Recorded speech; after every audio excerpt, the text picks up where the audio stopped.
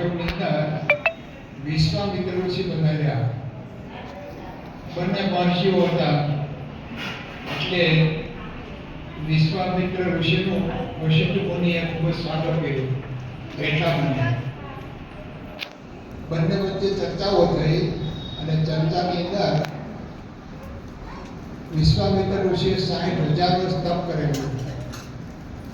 એટલે એને તપનો મહિમા કીધો કે તપની કોલે કોઈ આવે નહીં. જ્યારે વશિષ્ઠ મુનિ છે એમને લવ સત્સંગ કરેલો. એટલે વશિષ્ઠ મુનિ કે લવ સત્સંગ છે એની કોલે કોઈ આવે નહીં. તો બંને વચ્ચે આ થોડો વિવાદ છે કે આપણે કોઈ દેવતા પાસે જઈને આનું નિરાકરણ કરીએ કે તપસ્યા વધે કે લવ સત્સંગ વધે. એટલે બંને જણા સ્વર્ગમાં ગયા. ઇન્દ્રરાજાને પૂછ્યું કે ભાઈ 60,000 વર્ષનું તપ વધે કે લવ સત્સંગનું ફળ વધે. ઇન્દ્રિએ વિચાર કર્યો કે બંને ઋષિમુનિઓ છે, એકને કહીશ તો બીજાને ખોટું લાગશે. એટલે કીધું કે તમે શિવજી પાસે જાઓ. શિવજી પાસે ગયા અને પ્રશ્ન રજૂ કર્યો કે 60,000 વર્ષનું તપ વધે કે લવ સત્સંગનું ફળ વધે. શિવજીએ જવાબ આપ્યો કે આના જવાબ માટે તમે બ્રહ્મા પાસે જાઓ. બ્રહ્મા પાસે ગયા. બ્રહ્માએ જવાબ આપ્યો કે બે ઋષિમુનિઓ છે, કોનો પક્ષ લેવો, કોને અધિક કહેવા. એટલે બ્રહ્માએ પણ કીધું તમે વિષ્ણુ ભગવાન પાસે જાઓ, એ તમને સંતોષકારક જવાબ આપશે. એટલે બંને વિષ્ણુ ભગવાન પાસે ગયા વૈકુંઠની અંદર અને કીધું કે ભાઈ 60,000 વર્ષનું તપ વધે કે લવ સત્સંગનું ફળ વધે. વિષ્ણુ ભગવાને પણ વિચાર કર્યો કે આમાં કોનો પક્ષ લેવો. એટલે વિષ્ણુ ભગવાને કીધું તમે એમ કરો કે પાતાળની અંદર જાઓ. પાતાળની અંદર શેષ નારાયણ એને તમે પ્રશ્ન કરો અને ઉત્તર આપશે. એટલે બંને જણા વશિષ્ઠ મુનિ અને વિશ્વામિત્ર એ પાતાળ લોકની અંદર ગયા અને શેષ નારાયણને શસ્ત્ર પ્રેરણા દેવી છે અને જેના મસ્તક ઉપર આથી ધરતી બ્રહ્માંડનો ભાગ છે એવા શેષ નારાયણજીને પ્રશ્ન પૂછ્યો કે 60,000 વર્ષનો તપ વધે કે લવ સત્સંગનું ફળ વધે. ત્યારે શેષ નારાયણે કીધું કે જો ભાઈ આ મારા માથા ઉપર આખા બ્રહ્માંડનો ભાર છે મસ્તક ઉપર.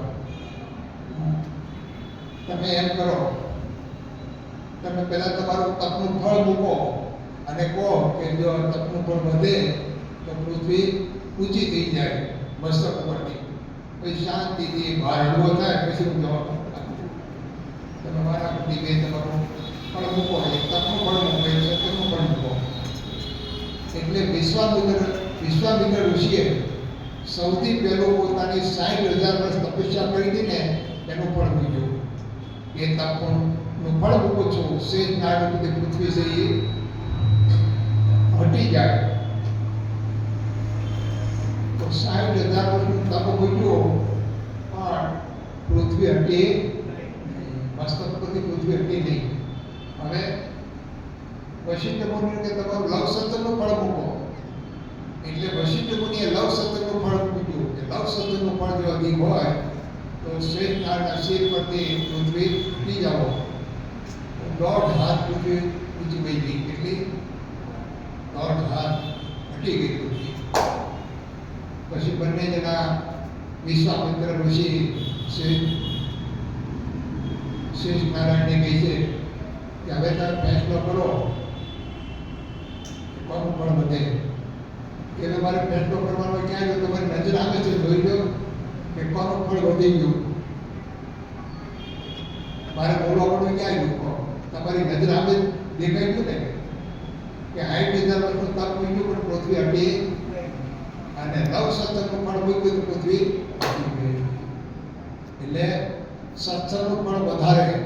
સત્સંગની જોડે કોઈ સાધન આવતા નથી. જપ, તપ, તીર્થ, યજ્ઞ, વ્રત, દાન, શાસ્ત્ર પઠન એ બધા કરતા પણ સત્સંગ વધી જાય. સત્સંગ એટલે સંતનો સમાગમ કરવો. એટલે તો તુલસીદાસ પોતે સાખીમાં લખે છે કે એક ઘડી આધી ઘડી, એક ઘડી આધી ઘડી આધી ન પુનિયા તુલસી સંગત સંત કી કટે પુણ્ય પરાય. આ સત્સંગનું ફળ છે. કેટલું કીધું? એક ઘડી નહીં, અડધી ને અડધીમાંથી પણ અડધી. પણ જો સત્વ સમાગમ કરે તો કરોડો અપરાધો, તમારા કરોડો પાપ કર્યા હોય એમાં નાશથી ધોવાણ થઈ જાય. આ સત્સંગનું ફળ છે. આવો સત્સંગ મળ્યો છે. જ્ઞાનદાન સ્વામી કે કરોડ રૂપિયા દેતા મનુષ્ય ન મળે એ આપણને મળ્યો. કરોડ રૂપિયા દેતા આવો સત્સંગ ન મળે એ સત્સંગ મળ્યો છે. અને કરોડ રૂપિયા દેતા આવી ભગવાનની કથા વાર્તાની ને આવો લાભ ન મળે એ આપણને મળ્યો છે. આવો લાભ ચૂકવો જોઈએ નહીં. જેટલો સમય મળે, જેટલો ટાઈમ મળે એટલો સત્સંગ, સંત સમાગમ, ભજન કીર્તન, કથા વાર્તા કરી દેવા, ભગવાનનું નામ સ્મરણ કરી દેવાનું. તો મનુષ્ય છે એ સફળ થાય. નકર પછી શું થાય? 84 મહિનામાં ઘટ્યા કરે. પુનરપી જનનમ પુનરપી મરણમ પુનરપી જનની જગતસૈનમ. એમાંથી ઉગ્ર ની આરોપો નથી.